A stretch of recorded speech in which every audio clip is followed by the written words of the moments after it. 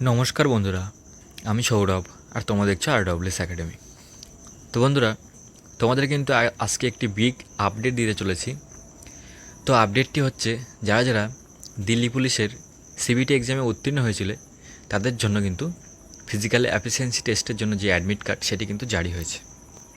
তো এইমাত্র কিন্তু অ্যাডমিট কার্ডটি জারি হয়েছে। তো সেই জন্য কিন্তু আমি তোমাদের জন্য সাথে সাথে আপডেটটি দিতে চলে আসলাম ভিডিওর মাধ্যমে। তো তোমাদেরকে দেখাবো তোমরা কিন্তু যে অ্যাডমিট কার্ডটি কীভাবে ডাউনলোড করতে পারবে এবং কোন ওয়েবসাইট থেকে ডাউনলোড করতে পারবে সেটির কিন্তু ডাইরেক্ট লিঙ্ক আমার ভিডিও ডেসক্রিপশন বক্সে দিয়ে দেবো। সেখান থেকে তোমরা কিন্তু এই লিঙ্কটিতে ক্লিক করলে এই ওয়েবসাইটে কিন্তু তোমরা ডাইরেক্ট চলে আসতে পারবে। আর এখান থেকে তোমাদের কিন্তু অ্যাডমিট কার্ডটি ডাউনলোড করতে হবে। তো চলো ফ্রেন্ডস, তোমাদেরকে শর্ট ভিডিওর মাধ্যমে ফটাফট দেখাই কীভাবে তোমরা অ্যাডমিট কার্ডটি ডাউনলোড করতে পারবে। তো ফ্রেন্ডস, তোমরা এখানে দেখতে পাচ্ছ, এখানে কিন্তু রেজিস্ট্রেশন নাম্বার চাইছে। এখান থেকে তোমাদের কিন্তু রেজিস্ট্রেশন নাম্বারটি বসাতে হবে। তারপরে তোমাদের এখানে ডেট অফ বার্থ এখানে বসাতে হবে। ডেট অফ বার্থ বসানোর পরে এই যে তোমরা দেখতে পাচ্ছ ক্যাপচারটি তোমাদের এই বক্সে বসাতে হবে।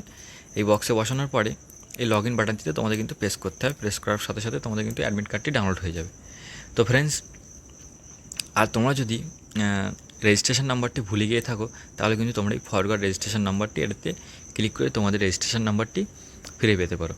তো ফ্রেন্ডস, এই ছিল আজকে ছোট্ট ভিডিওটি যদি ভালো লেগে থাকে তোমরা লাইক, শেয়ার, কমেন্টস এবং সাবস্ক্রাইব করতে পারো।